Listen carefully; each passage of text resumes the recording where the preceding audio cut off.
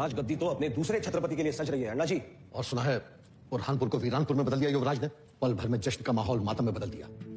हमारे सपनों का भी अंत कर दिया शंभू ने। हमारी पिछली गलतियों को क्षमा करके हमें दोबारा अवसर दे तो दिया, पर किस लिए? खुद खुद के मरने के लिए या खुद खुद कर जीने के लिए? हमारा ये जीवन दान व्यर्थ हो जाएगा अगर हम राम राजे को छत्रपति के गद्दी पे बिठा न पाए तो। शासन हमारे हाथ में होगा, परंतु ये संभव, इसके छत्रपति बनने के बाद हमारा होना न होना एक समान है। बचपन से हमारी आंखों में वो एक कांटे की तरह सड़ रहा ये संभाजी।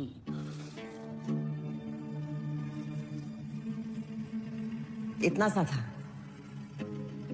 आगरा में औरंगजेब की गिरफ्त से फरार होकर बड़े महाराज और युवराज दरबदर भटक रहे थे। मुगल सैनिकों को यह आदेश दिया गया था कि किसी भी भेष में कोई भी बाप बेटा यदि नजर आए तो उन्हें तुरंत कैद कर लिया जाए।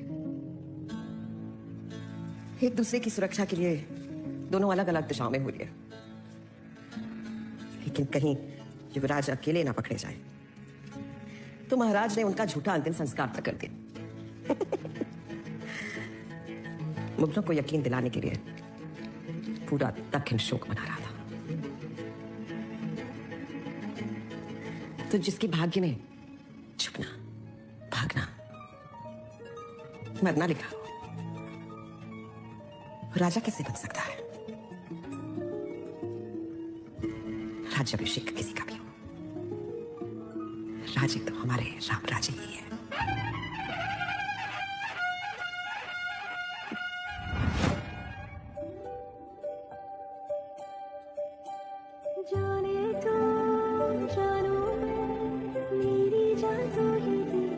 ये क्या लगता है आपकी नजर वापस सुधारनी होगी। अरे जिस धराऊ माँ का दूध पीकर पड़े हुए, वो दूध इतना कमजोर नहीं कि कोई भी तीर तलवार छुए और हमें कुछ हो जाए। अहू अगर जिस पर पूरे स्वराज्य की नजर है, उसे कैसे किसी की बुरी नजर लगेगी? श्री सखी, एक बात पूछूं? वैसे जब राजा महाराजा युद्ध से लौटते हैं तब रानी साहिबा प्रेम और चिंता जताने उन्हें नाराजगी दिखाती है। और एक हम जो बस मुस्कुराए जा रहे हैं। जो लड़ाई खत्म करके आया हो उसे घर लौटते ही लड़ाई के मैदान में उतारना सही होगा? प्रश्न पूछने से पहले ही उत्तर कैसे दे देती हैं आप? क्योंकि हम सिर्फ आपकी धर्मपत्नी नहीं, श्री सखी भी है। और जहां तक मुस्कुराहट की बात है, हमने तो सुना है सिर्फ दक्कन नहीं, उत्तर में भी कोई स्त्री संभाजी भोसले का नाम सुन ले तो उसका चेहरा खिल उठता है। हमारे बारे में जितनी जानकारी आपको है उतनी तो शायद हमें खुद भी नहीं। ये तो कहीं सुनी बातें। इनकी जानकारी रखना कौन सी बड़ी बात है? हम तो वो बातें भी जानते हैं जो सिर्फ आपका दिल जानता है। अच्छा, चलिए फिर बताइए, इस समय क्या चल रहा है हमारे मन में? इस समय सखी की श्री को सिर्फ एक बात सता रही है, पर चिंता करने की कोई बात नहीं। ये इच्छा भी पहले से ही पूरी कर रखी है हमने। क्या?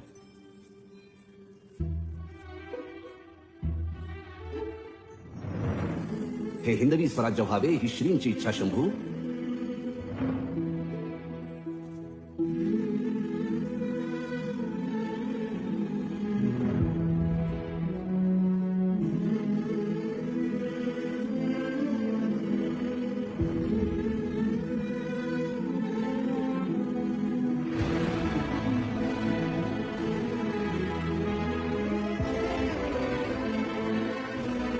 जिनके आशीर्वाद को आप तरस रहे हैं वो कब से यहाँ आपको आशीर्वाद देने की प्रतीक्षा कर रहे हैं।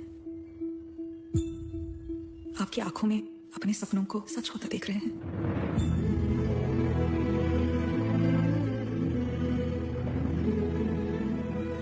कभी कभी लगता है हिंदवी स्वराज के बारे में आप हमसे ज्यादा सोचती हैं। आप जो सोचते हैं हम वही सोचते हैं, क्योंकि सखी इस महल में नहीं अपने श्री के मन में रहती है।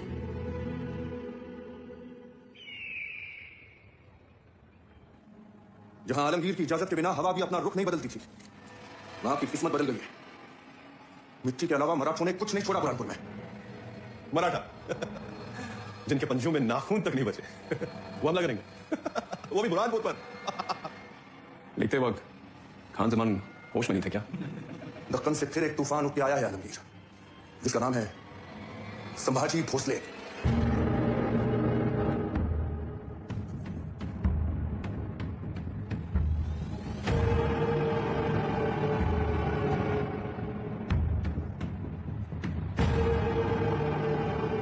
सिवा नहीं आया राम सिंह। छत्रपति शिवाजी महाराज।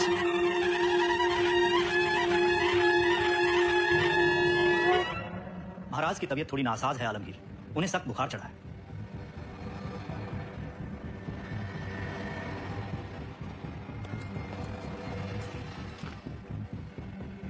तुमको बुखार नहीं आता युवराज?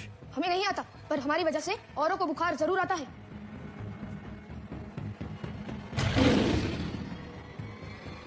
सिवा गया और अपनी सोच जिंदा छोड़ गया। या खुदा दोबारा मायूस मत करना, हमारे दक्कन पहुंचने तक संभा की जान महफूज रखना।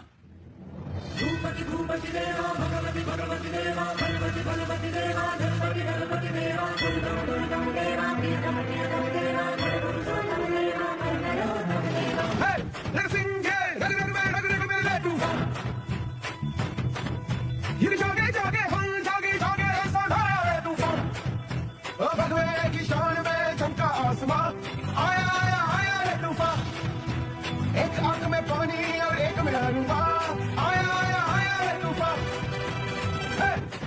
Congratulations, Sambhaji Maharaj. Hope Raigad is taking good care of you. Oh yes. Hey, Helsinki, रग रग में रग रग में रग रग में ये तूफान।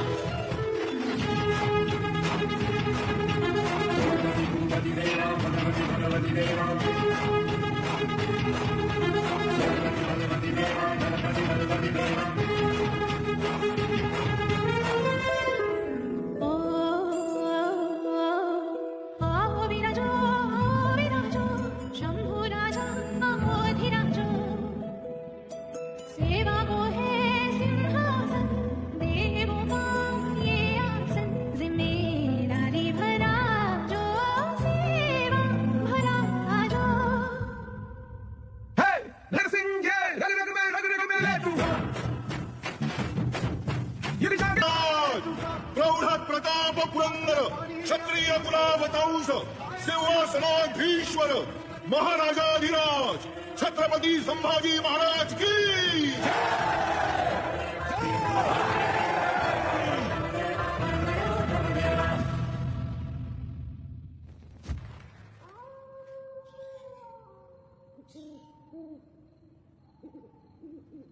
वीर धीर तलवार तीर हो, मर्द मराठा शूर वीर हो, युद्ध में कौशल गजब दिखावे, रिपु दमन कर शंख बजावे, जनमानस के भूप रहोगे, चरम चमकती धूप रहोगे, प्रसन्न रहे माता जगदम्बा, ओ छत्रपति ओ सहचर संभा। वाह वाह वाह।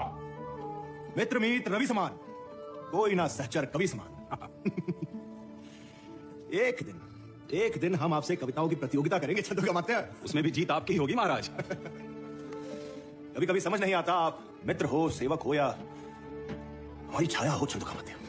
हम नमक हैं महाराज, जब जहां जितनी आवश्यकता हो प्रयोग कर लीजिए। हम आपको शत्रु के घाव पे लगाएंगे छत्रमात्या। सौभाग्य सौभाग्य। आई भवानी के आशीर्वाद से सब कुछ कुशल मंगल रहा।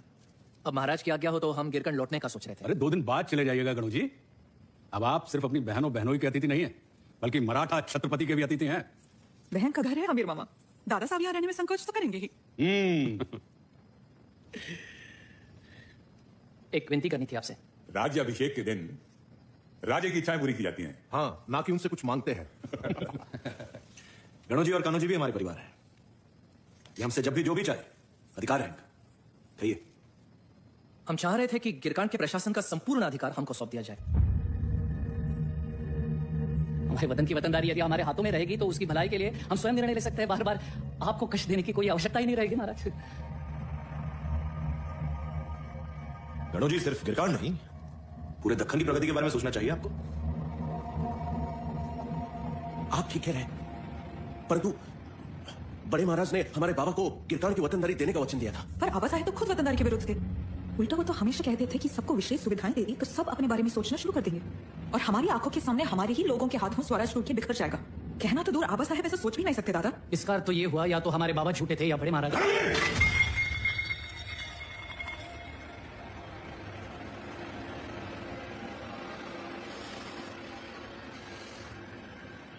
सिंहासनाधीश स्वराज्य रक्षक छत्रपति संभाजी महाराज की जय।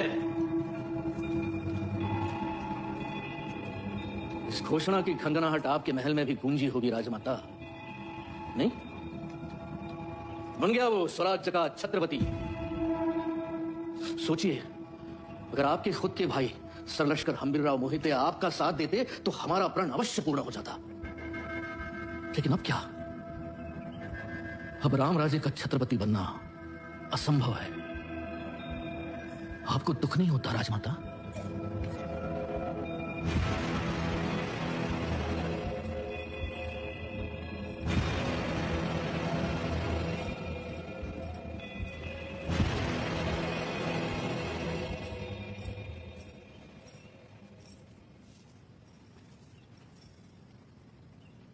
दुख पालने से मन में घबराहट पैदा होती है अन्ना जी। घबराहट व्याकुलता को जन्म देती है और व्याकुलता के उत्पन्न होने से इंसान चिंतन में रहता है। चिंता उसकी नींद खा जाती है और साथ ही मर जाते हैं सारे सपने।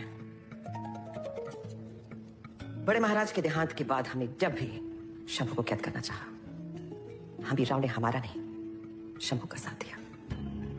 इसलिए जब भी राजनीतिक सपने पूरे करने हो तो अपनों से कोई उम्मीद नहीं रखनी चाहिए। ऐसी परिस्थिति में खैर बहुत काम आते हैं। क्षमा राजमाता, पर जब वो सिर्फ युवराज थे, राजगद्दी से दूर थे, तभी आपके सारे प्रयास असफल रहे। अब तो वो छत्रपति हैं, मराठों के राजा। इस बार कोई चूक हुई तो अनर्थ हो जाएगा। जब राजा ही नहीं होगा तो सजा कौन सुनाएगा? बालाजी, छत्रपति संभाजी महाराज की जीवन गाथा का आखिरी अध्याय लिखना शुरू करें।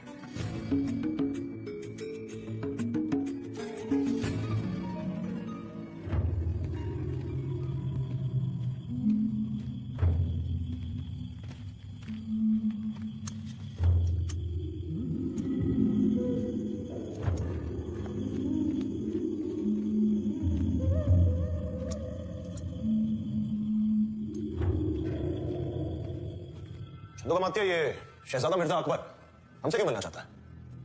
इसका कारण अकबर सिर्फ महाराज के सामने पेश करना चाहता। हम तो केवल इतना जानते हैं कि औरंगजेब के जीते जी मुगलिया सल्तनत का ताज पहनना चाहता है। औरंग की चिंगारी में भी कमाल नहीं। अवश्य कोई खास बात होगी, वरना महाराज से स्वयं मिलने का आग्रह वो क्यों करेगा? उसके इरादों के पीछे कुछ षड्यंत्र अवश्य है महाराज। नीलोपंत जी सही बोल रहे हैं महाराज। अकबर, आखिर खून तो है औरंग का ही।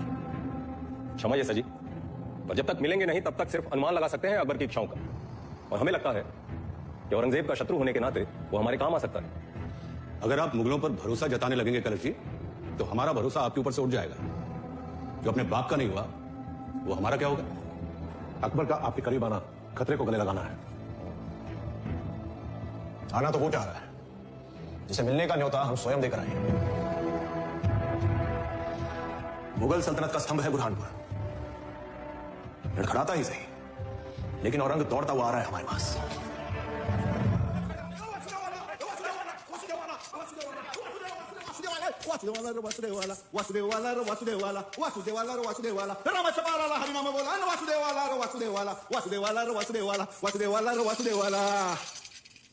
बोलो बहिर जी।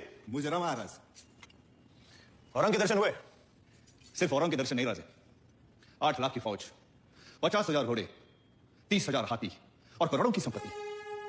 इतनी तगड़ी फौज इतिहास में पहली बार और शायद आखिरी बार किसी को ढूंढने निकली है।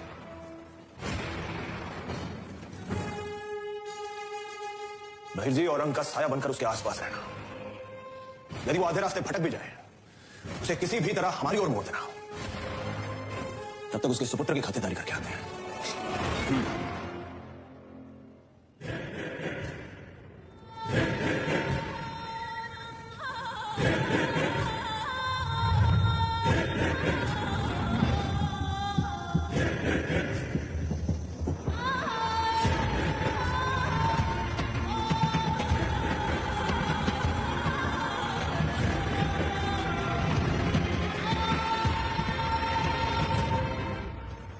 सखी, उम्र में सबसे छोटे मावले से लेकर सरलश्कर हमीर मामा तक सब परेशान हैं।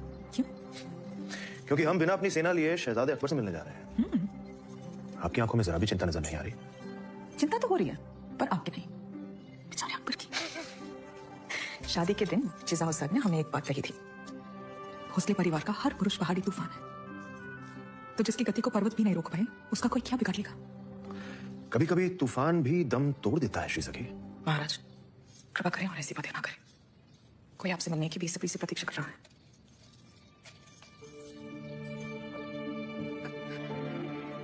हमें लगता है पुत्र है। एक और पहाड़ी तूफान आ रहा है।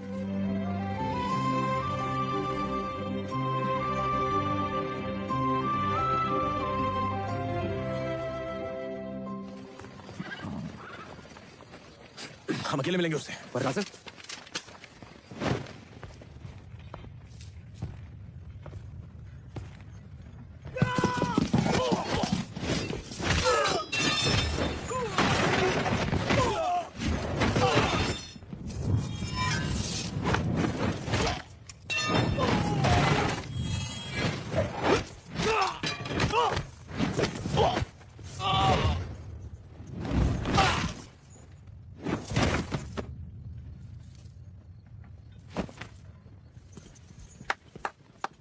सुभान अल्लाह, सुभान अल्लाह।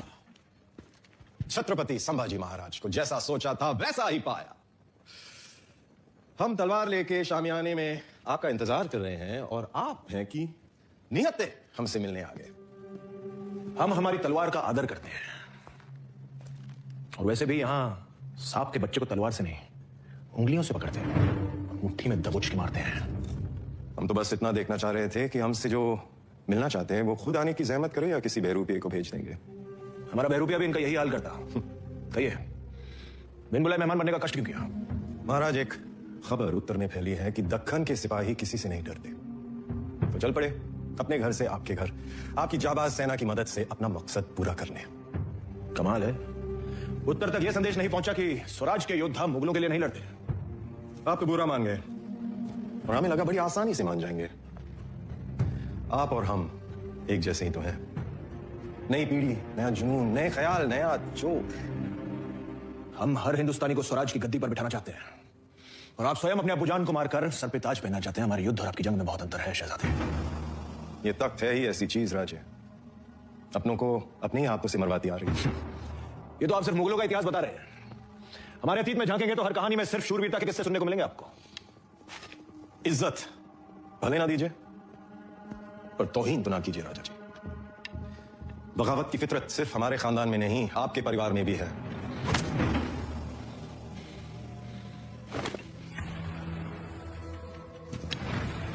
शहजादे अकबर का दक्खन में स्वागत है। आपका दुश्मन औरंगजेब है और हमारा संभाजी भोसले। संभा को खत्म करने में यदि आप हमारी सहायता करें तो आपके शत्रु को मिटाने के लिए हर मराठा आपके साथ लड़ेगा।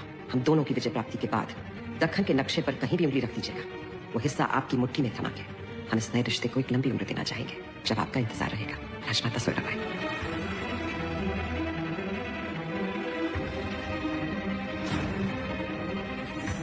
आपकी सहायता तो नहीं कर सकते, और एक वचन अवश्य दे सकते हैं। जब तक आपके पांव दक्कन की धरती पर है और उनके हाथ तक नहीं पहुंच पाएंगे।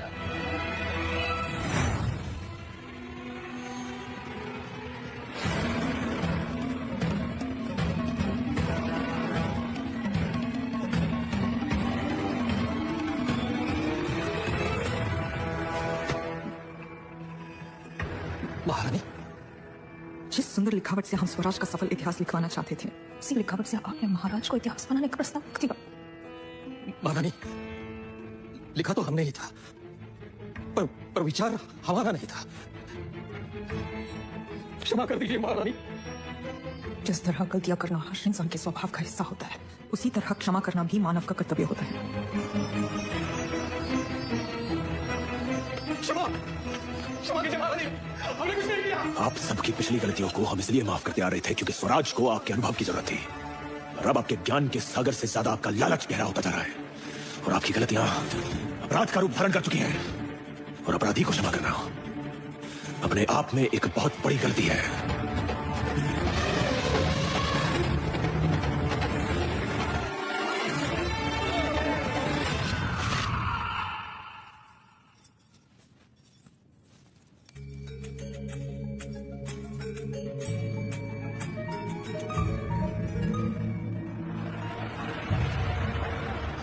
आई साहब, जी शंभू, आवा साहब, ये शत्रु टिकने में कैसे होता है? ये जान के क्या करोगे शंभू? आपको तो आपके शत्रु कभी नजर ही नहीं आने वाले। आपकी शक्ति इतनी विशाल है कि शत्रु मजबूरन पीछे से ही वार करेगा। आपके सामने आने में हिम्मत नहीं होगी उसमें।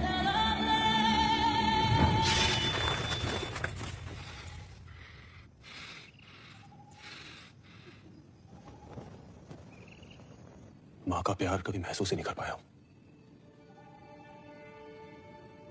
लेकिन सोहरा साहब का राम राज्य के प्रति प्रेम देखकर इतना तो समझ गए कि मां के प्रेम की कोई सीमा नहीं होती।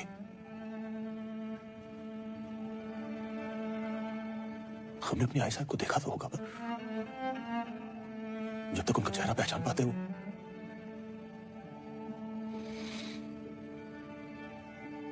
आंखें बंद करके कई बार उन्हें ढूंढने की कोशिश की। सोहरा आई साहब में भी उन्हें खोजते रहे।